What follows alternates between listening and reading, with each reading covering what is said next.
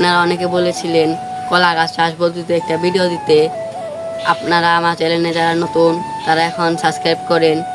এবং কলা গাছ নিয়ে আপনাদের এখন কিছু বলি। এই কলা গাছগুলোর জাত হচ্ছে সাগর কলা গাছ।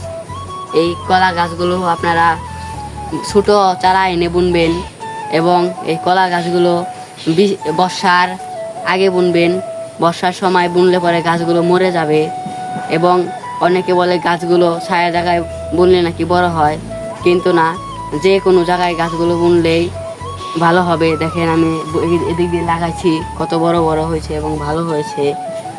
আরও 3 মাস পর পর সার দিবেন, তাহলে গাছগুলো আরও ভালো থাকবে। এবং গাছের গোড়ায় আগাছাগুলো পরিষ্কার করে দিবেন, তাহলে আপনাদের কলা গাছগুলো ভালো হবে।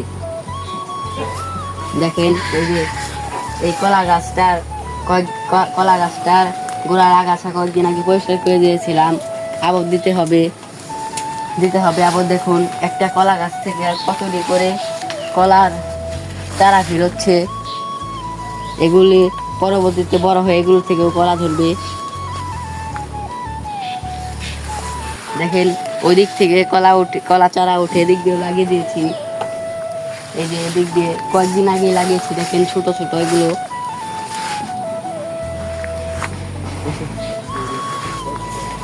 ও আপনাদের একটা কথা বলতে ভুলে গেছিলাম। আপনারা কলা গাছে ইউরিয়া সার দিবেন, তাহলে কলা গাছগুলো তাড়াতাড়ি বড় হবে। আমি যখন এই কলা গাছগুলো লাগিয়েছিলাম তখন কলা গাছগুলো এটা ছোট ছিল। এখন 4-5 মাসের মধ্যে যত্ন দিয়ে নিতে দেখেন কলা গাছগুলো কত বড় হয়ে গেছে। আর কয়েকদিন পর প্রায় 3 মাস পর কলা গাছে থুর বের হবে এবং কলা ধরবে। যখন গাছে কলা ধরবে, কলাগুলো বাড়তি হয়ে গেলে আপনারা কেটে ফেলবেন। গাছে থাকলে কলাগুলো পাকার সাথে সাথে ফেটে যাবে, আর কলাগুলো পাকলে পাখিতে খেয়ে ফেলবে।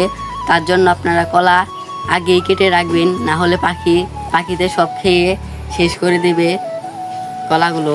ভিডিওটি ভালো লাগলে লাইক আর সাবস্ক্রাইব করে দিবেন। আমি প্রতিদিন ভিডিও ছাড়বো, আমাকে আপনারা সবাই সাপোর্ট করবেন।